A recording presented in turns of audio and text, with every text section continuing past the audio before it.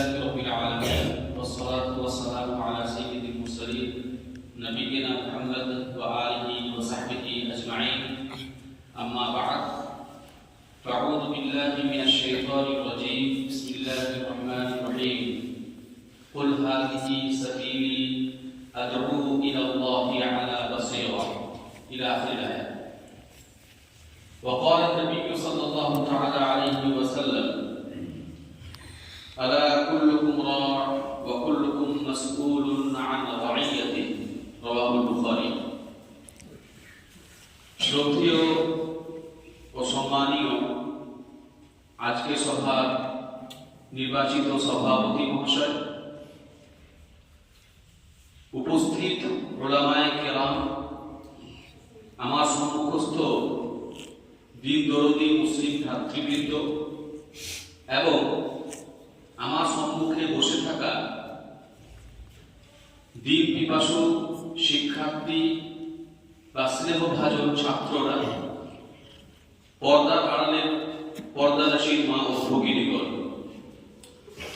সমস্ত প্রশংসা, গুণগান, গুণকীর্তন সে মহান রব্বুল আলামিনের জন্য, যার অশেষ কৃপায় মাগরিব নামাজ পর থেকে নিয়ে এ পর্যন্ত আমরা কোরআন ও হাদিসের আলোকে আলোচনা শুনছিলাম এবং নিজেকে ধন্য করছিলাম। আলহামদুলিল্লাহ।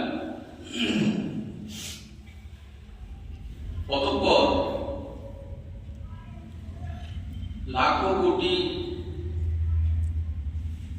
দরুদ ও সালাম বর্ষিত হোক জনাবে মহানবী মুহাম্মদুর রাসূলুল্লাহ সাল্লাল্লাহু আলাইহি ওয়াসাল্লামের উপরে। আল্লাহুম্মা সাল্লি আলাইহি আল্লাহুম্মা বারিক আলাইহি। আমরা মাগরিব নামাজ পর থেকে এ পর্যন্ত বিভিন্ন আলিম ওলামার মুখ থেকে কোরআন ও সহিহ হাদিসের নিরিখে আলোচনা শুনেছি।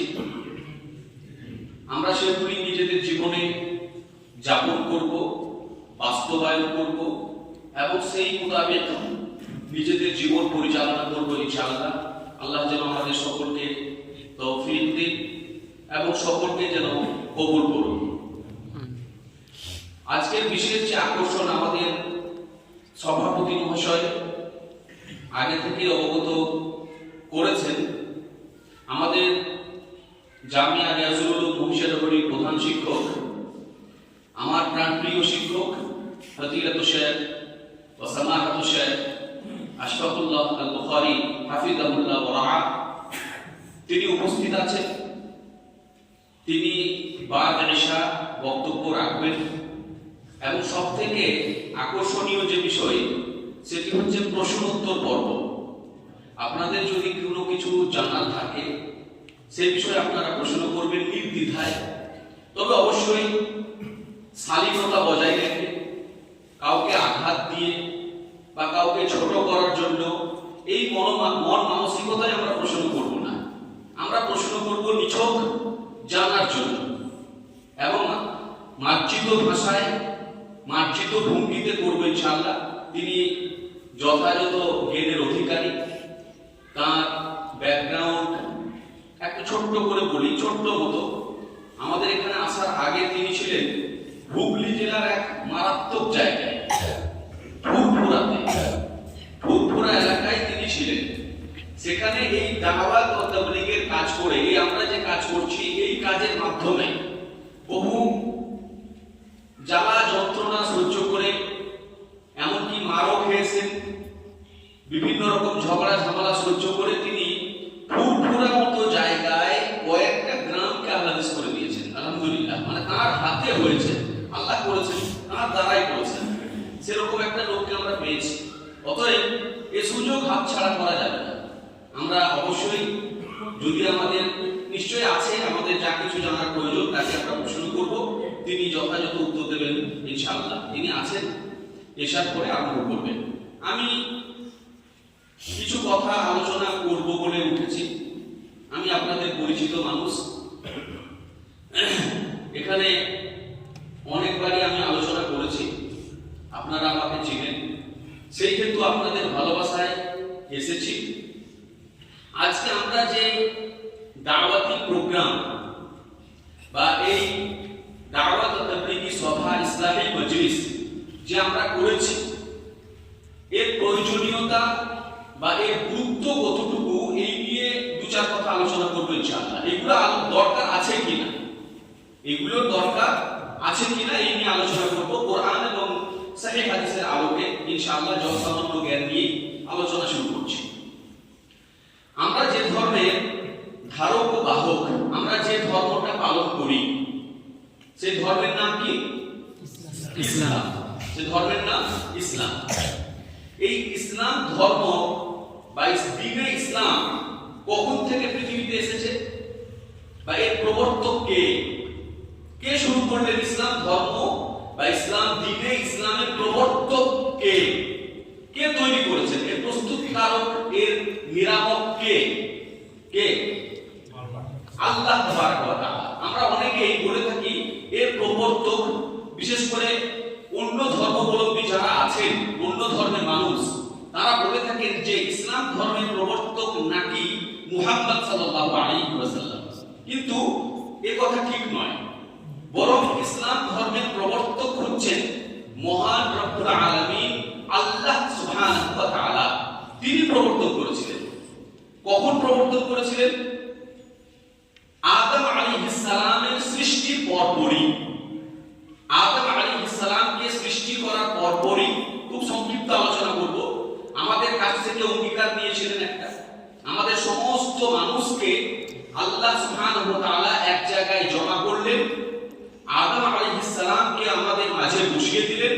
সেখানে সমস্ত ফেরেশতা মণ্ডলীও ছিলেন, গাছপালা, তরুলতা, নদ নদী, খাল বিল, পাহাড় পর্বত, সমস্ত কিছু সেখানে হাজির ছিল। সেই তাদেরই সামনে আল্লাহ আমাদের কাছ থেকে একটা অঙ্গীকার নিলেন। এই অঙ্গীকারটাকে শরীয়তের পরিভাষায় বা তাফসীরের পরিভাষায় বলা হয় আহদে আলাস্তু। কি বলা হয়? আহদে আলাস্তু, অর্থাৎ আমি কি নই, এই প্রশ্নের অঙ্গীকার। যার বাংলা অর্থ হচ্ছে আমি কি নই, মানে আমি কি তোমাদের প্রভু নই, এই প্রশ্নের অঙ্গীকার।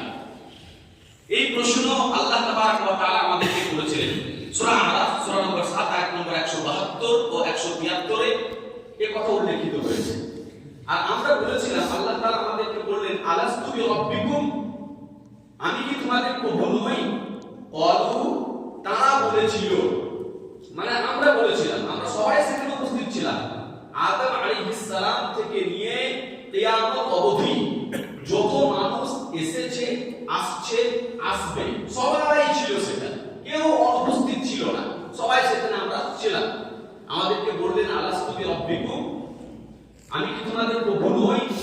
ক্বালু, আমরা বলেছিলাম বালা, হ্যাঁ অবশ্যই, শাহিদনা, আমরা সাক্ষ্য দিচ্ছি যে তুমি আমাদের প্রভু, তুমি আমাদের রিজিক দাতা, বিধান দাতা, ত্রাণকর্তা, পালনকর্তা, সমস্ত কিছুই তুমি। আমাদের সারা জীবন ধরে, জীবনে মরণে শুধু তোমারই ইবাদত করব, তোমারই স্মরণে আমরা জীবন অতিবাহিত করব। এই অঙ্গীকার আল্লাহ সুবহানাহু ওয়া তাআলা আমাদের কাছ থেকে নিয়ে নিলেন। তারপরে আরো অনেক কথা রয়েছে, কেন নিয়েছেন সে কথা তারপরে বলেছেন, যাতে কিয়ামতের দিনে তোমরা বলতে না পারো যে আল্লাহ তোমার ইবাদত করতে হবে, এই কথা আমরা জানতাম না। ওই জন্য সবাইকে, আদম আলাইহিস সালামকে সাক্ষী রেখে, চন্দ্র সূর্য ফেরেশতা মণ্ডলী সকলকে সাক্ষী রেখে তোমাদের কাছ থেকে অঙ্গীকারটা নিলাম। আবার তোমাদেরকে যখন অন্যায় পাপাচারের কারণে জাহান্নামে দেব, তখন তোমরা যেন এই কথা বলতে না পারো যে ও আল্লাহ, আমরা তো ওই অঙ্গীকার স্থানে, অঙ্গীকার স্থলে আমরা তো উপস্থিত ছিলাম না, আমরা তো জানি না তুমি কখন অঙ্গীকার নিয়ে নিয়েছো, আমরা তো জানি না। এই কথা যাতে না বলতে পারো, এজন্য তোমাকেও হাজির করেছি, তোমার বাপকেও হাজির করেছি, তোমার 14 গোষ্ঠীকে হাজির করেছি, সবাই আছো এখানে, কেউ যেন না বলতে পারে যে আমি হাজির নেই। সে যাই হোক, এই প্রতিশ্রুতি আল্লাহ তাআলা আমাদের কাছ থেকে নিলেন। আর এই আহদে আলাস্তু বা এই অঙ্গীকার এই সহজ নামার একটা সুন্দর নাম দিলেন, নিজের তরফ থেকে একটা সুন্দর নাম চয়ন করলেন। কি নাম? ইসলাম। এই যে অঙ্গীকারটা হলো, এই অঙ্গীকারটা, এই প্রতিশ্রুতিটা, একটা সুন্দর নাম দিলেন আল ইসলাম, অর্থাৎ শান্তি চুক্তি যাকে বলা হয়, বা এই শান্তি চুক্তি বা আত্মসমর্পণ করার জায়গা। একটা নাম দিলেন যে এই পার্টিটার নাম কি পার্টি? আল ইসলাম, ইসলাম পার্টি। তারপরে আল্লাহ সুবহানাহু ওয়া তাআলা তিনি ঘোষণা দিলেন সূরা আলে ইমরান সূরা নম্বর 3 আয়াত নম্বর 19 এ যে ইন্নাদ দীনা ইনদাল্লাহিল ইসলাম। আল্লাহ তাবারাক ওয়া তাআলা কি করবে? একমাত্র মনোনীত ও নির্বাচিত ধর্ম হলো ইসলাম। অর্থাৎ আমার পার্টি, আমার ইলম, আমার মতবাদ, আমার মতাদর্শের নাম হলো ইসলাম। যে আহদে আলাস্তু যেটা নিয়েছিলেন আল্লাহ তাআলা অঙ্গীকার, সেই অঙ্গীকারটার একটা সুন্দর নামকরণ করলেন ইসলাম। আর এই ইসলাম ধর্মের অনুসারীদেরকেই বলা হয় মুসলিম। এখন এই ইসলাম ধর্মটা বা দ্বীনে ইসলামকে পৃথিবীতে প্রচার ও প্রসার করতে হবে, পৃথিবীতে প্রচার ও প্রসার করতে হবে। এজন্য কি করা লাগবে? কাউকে তো মানুষ যেতে হবে পৃথিবীতে, পৃথিবীতে তো মানুষ যেতে হবে। এজন্য আল্লাহ সুবহানাহু ওয়া তাআলা পৃথিবী, আকাশমণ্ডলী সকলের সৃষ্টির 50,000 বছর আগে আদম আলাইহিস সালামের তকদীরে লিখে দিলেন ও একটা ফল খাবে, সেই ফল খাওয়ার অপরাধে তাকে আমি দুনিয়ায় পাঠাবো, লিখে রাখলেন তকদীরে। তারপরে আদম এবং হাওয়া আলাইহিস সালামকে জান্নাতে রাখলেন। শয়তান ছিল শত্রু মানুষের আদিকাল থেকে, সে আদম আলাইহিস সালাম থেকে নিয়ে অদ্যাবধি তার শত্রুতা, তার দুশমনী মানুষদের পিছনে লেগেই আছে, আখির দিতেই আছে। অতএব সেখানেও ছাড়লো না শয়তান, জান্নাতে বসেও ছাড়লো না। কি করলো? জান্নাত থেকে তাকে বের করতে হবে। এটা আল্লাহ তাআলা আগেই সমস্ত কিছু প্ল্যান করে রেখেছিলেন, তাফসীরে লিখে রেখেছিলেন।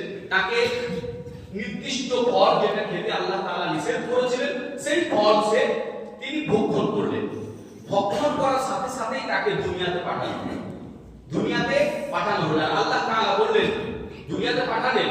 আর আল্লাহ বললেন সূরা নম্বর 2 আয়াত নম্বর 38, কুলনা বিতু, আমি বললাম ইহবিতু, তোমরা নেমে যাও, বেরিয়ে যাও, মিনহা, এখান থেকে, জামিআ, একত্রে, তুমি, হাওয়া এবং শয়তান সবাই বেরিয়ে দাও একসাথে।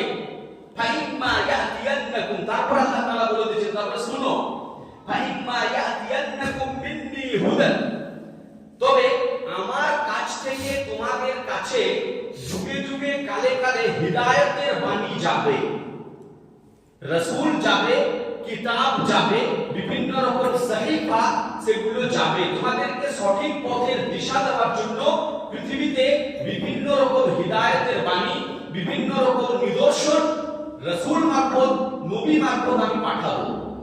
ফামান তাবিআ হুদায়া, যে ব্যক্তি আমার ওই হিদায়াতের বাণীগুলোর অনুসরণ করবে, ফালা খাউফুন আলাইহিম ওয়ালা হুম ইয়াহজানুন, তাদের কোনো ভয় নেই এবং তারা চিন্তান্বিত হবে না, তারা সঠিক পথ পেয়ে যাবে।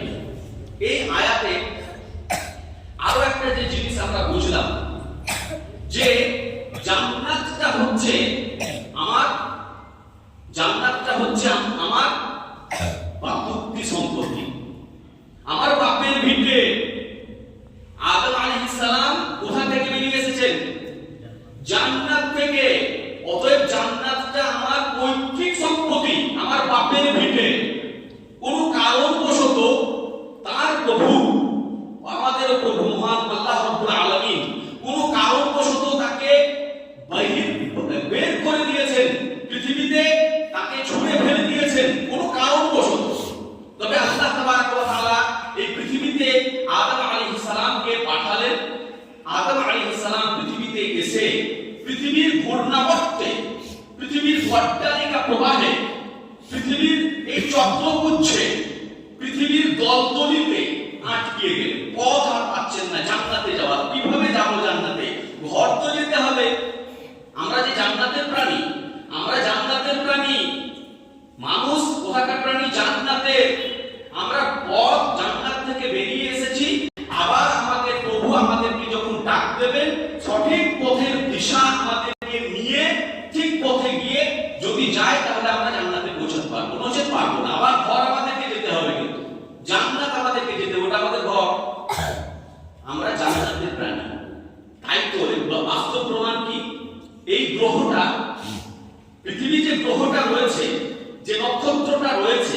এই নক্ষত্রের উপযুক্ত আমরা নই। এটা তো পশু পাখিদের গো, এটা তো জন্তু জানোয়ারের জায়গা এই পৃথিবীটা। কেন বলছি বলুন তো? আপনি নিজেই কল্পনা করুন না, এত ভীষণ শীত, আপনাকে একটু শীত লাগলে কি করতে হয়? সোয়েটার পরতে হয়, মাফলার লাগাতে হয়, একটা শাল গায়ে দিতে হয়। কই কুকুরটা তো কোনোদিন শাল গায়ে দেয় না, ওর তো ঠান্ডা ওর ত্বকে লাগে না। একটা বাঘ জঙ্গলে, সে তো কোনোদিন মোজা পরে ঘুরে বেড়ায় না। একটা গরু, মহিষ, ছাগল তার দরকার পড়ে না। আবার চৈত্র বৈশাখ মাসের রোদ্রে আপনি একটা গরুকে, একটা ছাগলকে ঠাই রোদে, পুরা বাংলায় যেটাকে বলে ঠাই রোদে যদি টেকা দিয়ে দেন, সে একটুকু হিলবে না, কিছু বলবেই না। কেন বলুন তো? কারণ তাকে এই গ্রহের জন্য সৃষ্টি করা হয়েছে। কিন্তু আমি ঠাই রোদে আমি থাকতে পারবো না, কিছুক্ষণ পরেই আমাকে বিশ্রাম নিতে হবে। এসির প্রয়োজন পড়ে, ফ্যানের প্রয়োজন পড়ে, এইটার কেন প্রয়োজন পড়বে? সত্যজিৎ, যদি আমি এই গ্রহের জন্য হব, কারণ আমার ত্বকটা, আমার চামড়াটা, আমার রক্ত মাংসটা এই গ্রহের সাথে সম্পর্ক নেই। আমার সম্পর্ক জান্নাতের সাথে। ওই জন্য একটুখানি যদি অসুবিধে হয়, আমার চামড়াটা মানতে পারে না, আমার শরীরটা মানতে পারে না, না এটা হচ্ছে না, আমি তো এরকম ছিলাম না, কষ্ট হচ্ছে, কষ্ট অনুভব হয়। অতএব আমরা জান্নাতের প্রাণী। আর আল্লাহ তাআলা বললেন, তুমি পৃথিবীতে চলে যাও, তুমি এই ভুল করেছো, পৃথিবীতে যাও, তবে আমার কাছ থেকে তোমার কাছে ট্রাফিক যাবে, রাস্তা দেখানোর জন্য আলো নিয়ে মোমবাতি নিয়ে, মশাল নিয়ে, টর্চ লাইট নিয়ে কি যাবে? ট্রাফিক যাবে, অর্থাৎ নবী রাসূলগণ যাবেন। তারা তোমাদেরকে সঠিক পথটা দেখিয়ে দেবেন, এইদিকে যাও, এইদিকে যাও, এইদিকে যাও, তাহলে তুমি তোমার বাপের ভিটে জান্নাতে যেতে পারবে যুগে যুগে, কালে কালে। সেই হিসাবে আল্লাহ তাবারক ওয়া তাআলা তিনি নবী ও রাসূলগণকে যুগে যুগে প্রেরণ করলেন তার কথা অনুযায়ী।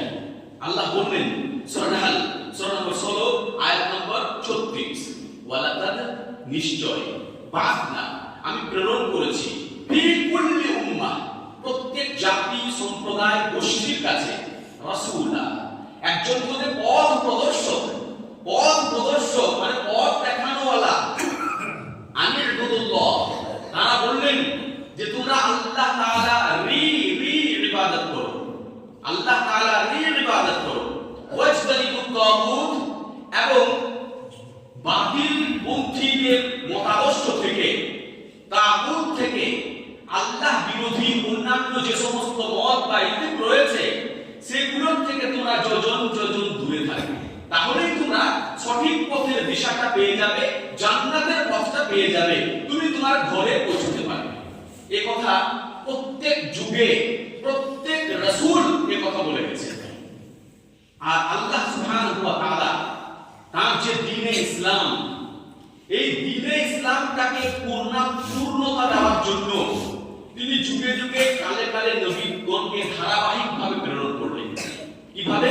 ধারাবাহিকভাবে। একেবারে দ্বীনে ইসলামকে দিয়ে দিলেন না আদমকে। আদম আলাইহিস সালামকে পুরো দ্বীনে ইসলামটাকে একেবারেই দিয়ে দিলেন না, সমস্ত কিছু লিখে দিয়ে দিলেন না, বরং ধারাবাহিকভাবে দিলেন। আদম আলাইহিস সালামকে কিছুটা দিলেন, নূহ আলাইহিস সালামকে কিছুটা দিলেন, ইব্রাহিমকে কিছুটা দিলেন, তারপরে আরেকটু বাড়ালেন ঈসাকে, তারপর এরকম ভাবে ধারাবাহিক আস্তে আস্তে সর্বশেষ পূর্ণাঙ্গতা দান করলেন জনাবে মুহাম্মদুর রাসূলুল্লাহ সাল্লাল্লাহু আলাইহি ওয়াসাল্লামের মাধ্যমে। সকল নবী মুসলিম ছিলেন, সকল নবী ইসলামের দায়ী ছিলেন, সবাই ইসলামের পথেই মানুষদেরকে ডাক দিয়েছেন। তবে তাদের দিনগুলো একটু সীমিত সময়ের জন্য, সীমিত যুগের জন্য ছিল, কিন্তু দিন ধর্ম সকলেরই এক। ক্রমান্বয়ে ইসলামকে ছোট থেকে বড় করতে একটা নবী এতটা বড় করলেন, তারপর এতটা, তারপর এতটা, তারপর এতটা। মহানবী সাল্লাল্লাহু আলাইহি ওয়াসাল্লাম যখন এলেন তখন ফল ধরতে লাগলেন, বড় করলেন আল্লাহ ওই ইসলামের চারাটাকে, সেই আহদে আলাস্তুটাকে। তারপরে রাসূল সাল্লাল্লাহু আলাইহি ওয়াসাল্লামের আগমনে ইসলাম যখন পূর্ণতা লাভ করলো, তখন ইসলামের পূর্ণতার শংসাপত্র আল্লাহ তাআলা দিয়ে দিলেন সূরা মায়েদা সূরা নম্বর 5 আয়াত নম্বর 3 এ। আল্লাহ তাআলা বললেন, আল ইয়াউমা আকমালতু লাকুম দীনাকুম ওয়া আতমামতু আলাইকুম নি'মাতি ওয়া রাদিতু লাকুমুল ইসলামা দীনা। আল ইয়াউমা আজকে আকমালতু আমি পূর্ণ করে দিলাম দীনাকুম তোমাদের দ্বীনকে ওয়া আতমামতু আর আমি পূর্ণ রূপে দান করলাম নি'মাতি আমার নি'মাত আমার অনুগ্রহ অনুকম্পা ওয়া রাদিতু আর আমি সন্তুষ্ট হয়ে গেলাম লাকুম তোমাদের জন্য আল ইসলামা ইসলামকে দীনা দ্বীন হিসেবে মনোনীত করে। এই আয়াতে আল্লাহ সুবহানাহু ওয়া তাআলা তিনি দ্বীনে ইসলামকে পূর্ণাঙ্গতা দান করলেন। ইসলামের পথ চলা শুরু হয়েছিল কখন? আদম আলাইহিস সালামের সৃষ্টির পর। সেই অঙ্গীকারটা নিলেন তখন থেকে সৃষ্টি শুরু হলো পথ চলা ইসলামের। তারপর গুটি গুটি পায়ে সে শৈশবকাল, কৈশোরকাল, তারুণ্য, যৌবনকাল অতিক্রম করলো। শেষে ফলে ফুলে ভরে উঠলো জনাবে মহানবী মুহাম্মদ সাল্লাল্লাহু আলাইহি ওয়াসাল্লামের আগমনে। তাই বিদায় হচ্ছে সময়ে এই আয়াতটি আল্লাহ সুবহানাহু ওয়া তাআলা অবতীর্ণ করে জানিয়ে দিলেন যে আমি আর কোনো নবী পাঠাবো না। আমার যা প্ল্যান ছিল ইসলামটাকে বড় করা, ইসলাম ফলে ফুলে ভরে গেছে, ইসলাম এখন ফল দেবে, সেই ফল এখন বাজারে ছড়িয়ে পড়বে, গোটা পৃথিবীতে ছড়িয়ে পড়বে, সেই ফুল গোটা পৃথিবীতে ঘুরে বেড়াবে, গোটা পৃথিবীটাকে কি করবে? সুবাসিত করবে, গোটা পৃথিবীতে তার মহক, তার সুগন্ধি চতুর্দিকে ছুটে বেড়াবে। আল্লাহ তাআলা মহানবী সাল্লাল্লাহু আলাইহি ওয়াসাল্লামকেও নির্দেশ দিয়েছিলেন। কিসের নির্দেশ? ইসলাম প্রচারে। এই দাওয়াত তাবলীগের নির্দেশ আল্লাহ সুবহানাহু ওয়া তাআলা নবী মুহাম্মদ সাল্লাল্লাহু আলাইহি ওয়াসাল্লামকেও দিয়েছিলেন। কি? সূরা মাইদা সূরা নম্বর 5 আয়াত নম্বর 67। আল্লাহ তাআলা বলেছেন, ইয়া আইয়ুহার রাসূল, হে রাসূল, বাল্লিগ মা উনজিলা ইলাইকা মির রাব্বিক, তোমার প্রভুর কাছ থেকে তোমার কাছে যা কিছু অবতীর্ণ হয়, আমি তোমাকে যা কিছু বলেছি তার সমস্ত কিছু তুমি প্রচার প্রসার করে দাও তোমার উম্মতদের মাঝে। ওয়া ইল্লাম তাফআল, যদি তুমি এটা না করো, তুমি যদি অলস হয়ে থাকো, অলসতাপূর্ণ জীবন যাপন করো, আমার কথা খেলাফ যদি করো, তাহলে ফামা বাল্লাগতা রিসালাতা, আমি জানবো তুমি আমার রিসালাতকে, আমার দায়িত্বকে তুমি পালন করলে না, তোমার নবুয়তের খাতা থেকে তোমার নামটাকে আমি কেটে দেব। তুমি আমার কাছে প্রিয় পাত্র থাকবে না, তুমি আমার কাছে অতি প্রিয় পাত্র, তোমাকে আমি খুবই ভালোবাসি, কিন্তু জেনে রেখো আমি যে দায়িত্ব দিয়েছি এই দায়িত্ব পালনে তুমি যদি অক্ষম হও, তাহলে তোমাকেও আমি ছাড়বো না, তোমাকেও আমি শাস্তি দিতে কুণ্ঠিত হব না, তোমাকেও শাস্তি ভোগ করতে হবে। এই দায়িত্ব, দাওয়াত ও তাবলীগের দায়িত্ব, মানুষকে সঠিক পথ থেকে বেঠিক পথ থেকে সঠিক পথে আনার দায়িত্ব আল্লাহ সুবহানাহু ওয়া তাআলা প্রত্যেক নবীকে দিয়েছেন, এমনকি মহানবী সাল্লাল্লাহু আলাইহি ওয়াসাল্লামকেও দান করলেন। তাই তো নবুয়তের 23টি বছর ধরে অক্লান্ত পরিশ্রম, কঠোর সাধনা করে তিনি আরব জাতিদেরকে সংস্কার করলেন, আরব জাতিকে সুন্দর পথের দিশা দিলেন। যারা জুলুম, অত্যাচার, অনাচারের হাবুডুবু খাচ্ছিল, জিনা ব্যভিচারে মগ্ন ছিল, মদের বাজার গরম ছিল, সেই লোকগুলোকে কীট পতঙ্গের ন্যায় যারা আগুনের অমানিসায়, যারা অন্ধকারী সমাজের অন্ধকারের অমানিসায় হারিয়ে যাচ্ছিল, তাদেরকে হাত ধরে ধরে তুলে আনলেন। এক সুন্দর সকাল, ইসলামের এক সুন্দর সকাল করলেন, ইসলামের এক সুন্দর ছায়া করে তাদেরকে তুলে নিয়ে এলেন, পারে নিয়ে এলেন পচা গড়ে থেকে, সুন্দরভাবে তাদেরকে মানুষ করলেন ইসলামের নবুয়তের 23টি বছর ধরে। তারপর আল্লাহ রাসূল সাল্লাল্লাহু আলাইহি ওয়াসাল্লাম তিনি বিদায় হজ্জের সময় এক দীর্ঘ ভাষণ রাখলেন। তারপরে তিনি আর বেশি দিন জীবিত ছিলেন না, সেটাই তার জীবনের সর্বশেষ ভাষণ। সেই ভাষণে একজন মানুষের জীবনে কি প্রয়োজন নয়, সমস্ত কিছু ডিটেইলস ভাবে আলোচনা করেছিলেন, সবিস্তারে তিনি আলোচনা করেছিলেন। সবিস্তারে আলোচনা করার পর আল্লাহ রাসূল সাল্লাল্লাহু আলাইহি ওয়াসাল্লাম তিনি তার সাহাবায়ে কেরামদের কাছ থেকে একটা সাক্ষী নিলেন। কি সাক্ষী? এই ঘটনাটা পাবেন আপনি সহিহ বুখারী হাদিস নাম্বার 1741।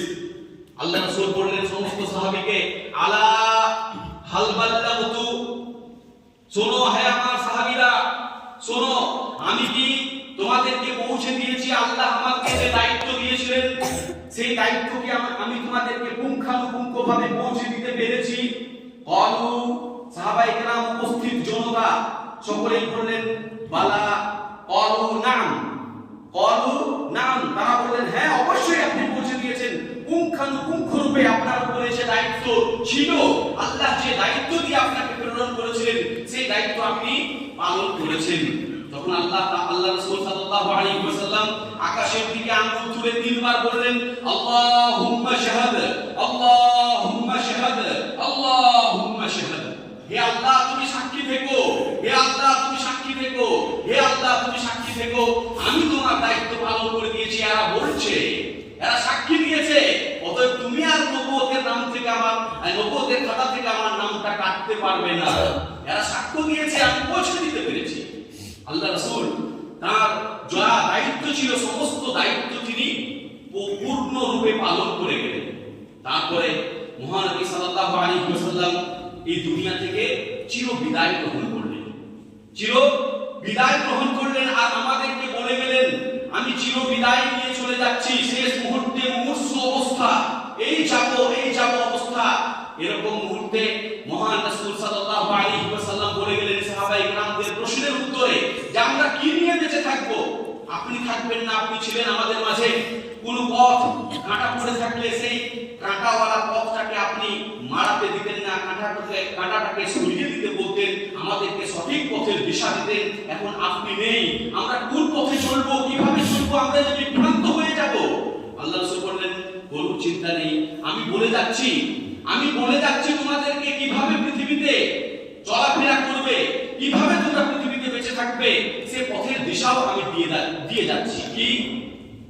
মুয়াত্তা ইমাম মালিক হাদিস নাম্বার 1628। আল্লাহ রাসূল বলেন তারাক্তু, আমি ছেড়ে যাচ্ছি, ফিকুম, তোমাদের মাঝে, আমরাইন, দুটি বিষয়, লান তাযিল্লু, তোমরা কখনোই পথভ্রষ্ট হবে না, মা তামাসসাকতুম বিহিমা, যতদিন পর্যন্ত সেই দুটিকে আঁকড়ে ধরে থাকবে মজবুত ভাবে, দৃঢ়তার সাথে, প্রত্যয়ের সাথে, যতদিন পর্যন্ত সেই দুটিকে আঁকড়ে ধরে থাকবে ততদিন তোমরা পথভ্রষ্ট হবে না। কিতাবুল্লাহ ওয়া সুন্নাতু রাসূলি, এক নম্বর হচ্ছে আল্লাহর কিতাব কোরআনে হাকিম এবং তার নবী মুহাম্মদ সাল্লাল্লাহু আলাইহি ওয়াসাল্লামের সহিহ বাণী, অমীয় বাণী, সহিহ হাদিসগুলি। এই দুই জিনিস নিয়ে মহানবী সাল্লাল্লাহু আলাইহি ওয়াসাল্লাম আমাদেরকে পথ চলতে বললেন, জীবন চালনা করতে বললেন। তাহলে তোমরা কোনোদিন পথভ্রষ্ট হবে না, এই পৃথিবীর জালে ফাঁসে তোমরা কোনোদিন পড়বে না। আল্লাহ রাসূল এই দিক নির্দেশনা আমাদেরকে দিয়ে গেলেন। এখন মহানবী সাল্লাল্লাহু আলাইহি ওয়াসাল্লাম যেহেতু শেষ নবী, তারপরে আর কোনো নবী আসবে না, এই বিষয়ে হাদিস এসেছে, কোরআনের আয়াতও এসেছে। সূরা আহজাব সূরা নম্বর 33 আয়াত নম্বর 40 এ বলা হয়েছে। তাছাড়া সহিহ মুসলিম হাদিস নম্বর 2404, সহিহ বুখারী হাদিস নম্বর 3455, এই সমস্ত হাদিসগুলোতে বলা হয়েছে কুল্লামা হালাকা নবী খালাফাহু নবী ওয়া ইন্নাহু লা নবিয়্যা বাদি। আল্লাহ রাসূল বলেন আমার পরে আর কোনো নবী আসবে না। এই হাদিসকে বোঝাতে চাইলেন যে আমার পরে আর কোনো নবী আসবে না। হে আমার উম্মতেরা, তোমরা শুনে নাও, আমি যে তোমাদেরকে একটা সুন্দর জীবন বিধান দান করে গেলাম, বহু কষ্ট করে, বহু যাতনা সহ্য করে, এর জন্য আমার হাজার হাজার সাহাবী প্রাণ দিয়েছেন, রক্ত দিয়েছেন, রক্তের বলি ঢেলেছেন, খেয়ে না খেয়ে অনেক কষ্ট করে এই আরব্য সমাজটাকে আমি মানুষের মতো মানুষ করতে পেরেছি। আমি একটা সুন্দর সোনালী যুগ তোমাদেরকে দিয়ে গেলাম, সুন্দর একটা ইসলামিক সমাজ তোমাদেরকে দিয়ে গেলাম। এই সমাজটাকে টিকিয়ে রাখার দায়িত্ব তোমাদের। টিকিয়ে রাখার দায়িত্ব কাদের? আল্লাহ রাসূল কাদেরকে দিলেন? আমাদেরকে দিলেন। এই সম্পর্কে আল্লাহ তাআলা দিলেন এবং তার রাসূল সাল্লাল্লাহু আলাইহি ওয়াসাল্লাম তিনিও, আল্লাহ এবং তার রাসূল দুজনেই এই সমাজটাকে সঠিক রাখার দায়িত্ব আল্লাহ তাআলা এবং তার রাসূল দুজনেই আমাদেরকে দিয়েছেন। দুজনেরই ব্যাপারে বলছেন। আল্লাহ তাআলা বলেছেন সূরা ইউসুফ সূরা নম্বর 12 আয়াত নম্বর 108, আল্লাহ তাআলা বলেন কুল, হে নবী তুমি বলো, হাদিহি সাবিলি, এটাই আমার রাস্তা, যে রাস্তার উপরে, যে মতাদর্শের উপরে তোমরা আমাকে দেখছো, এই মতাদর্শটাই আমার।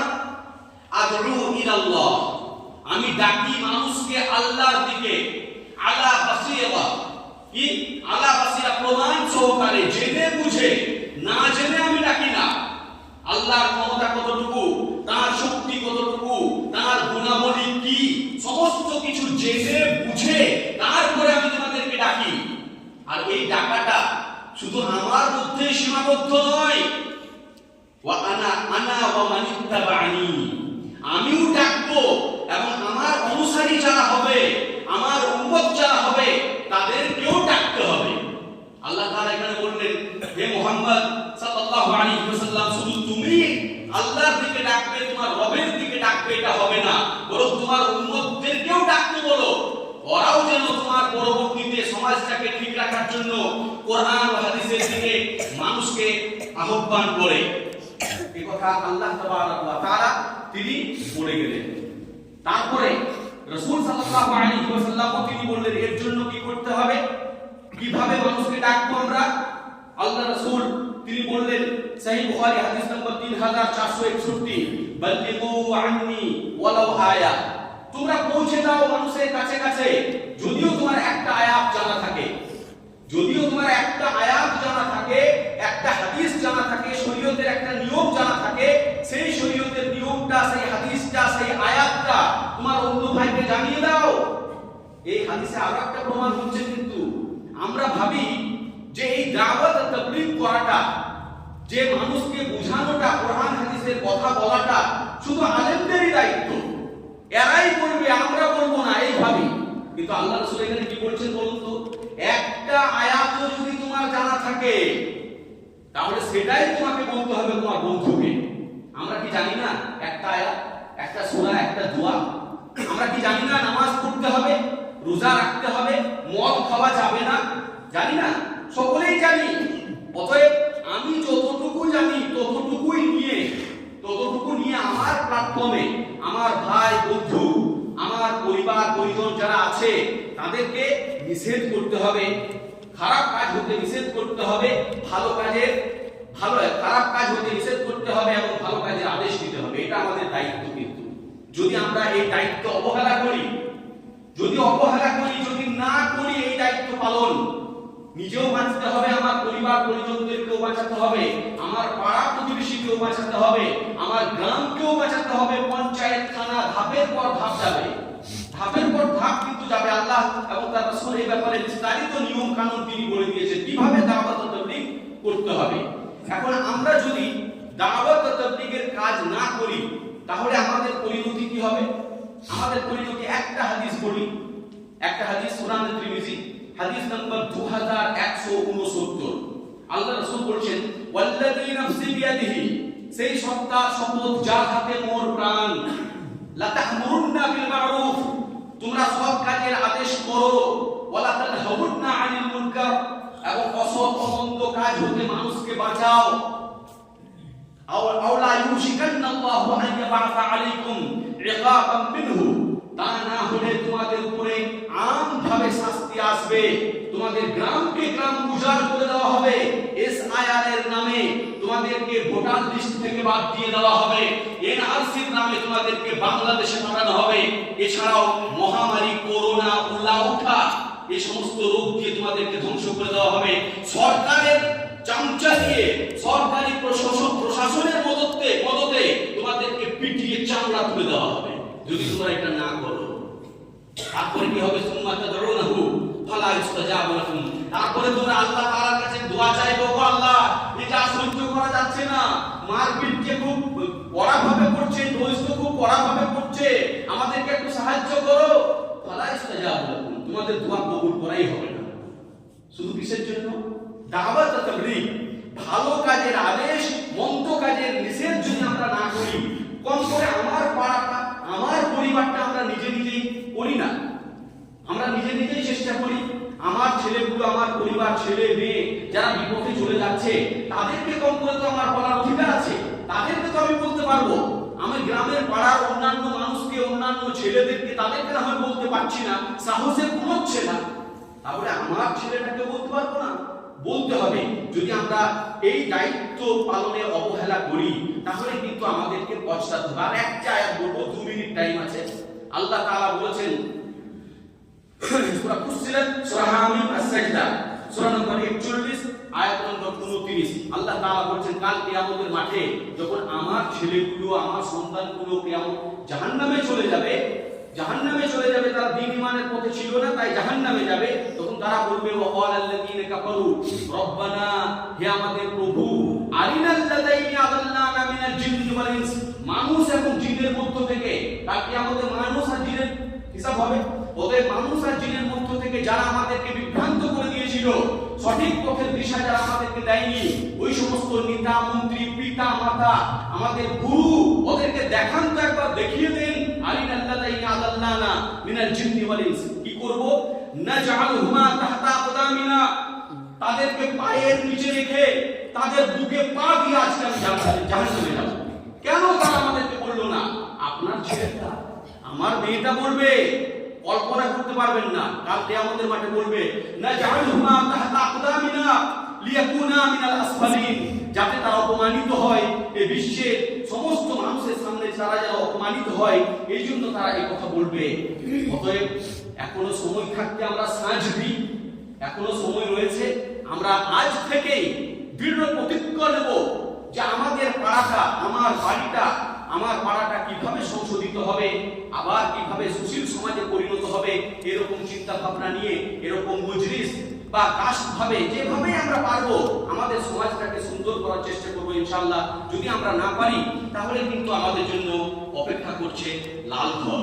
অতএব আমরা সকলেই চেষ্টা করব যাতে আমাদের সমাজে শান্তি ফিরে আসুক, নামাজি বাড়ুক এবং আমরা যেন সঠিক মুসলিমে পরিণত হতে পারি। পরিশেষে দোয়া করব, আল্লাহ তুমি আমাদের সমস্ত মুসলিম ভাইদেরকে সঠিক ইসলাম পালন করার তৌফিক দান করো, আমরা যেন আমাদের সমাজকে সঠিক রাস্তায় পরিচালিত করতে পারি, সেই তৌফিক তুমি আমাদেরকে ইনায়েত করো। ওয়া মা আলাইনা ইল্লাল বালাগ। ওয়া সাল্লাল্লাহু আলা নাবিয়িনা মুহাম্মদ ওয়া আলিহি ওয়া সাহবিহি আজমাইন। ওয়াসসালামু আলাইকুম ওয়া রাহমাতুল্লাহি ওয়া বারাকাতুহু।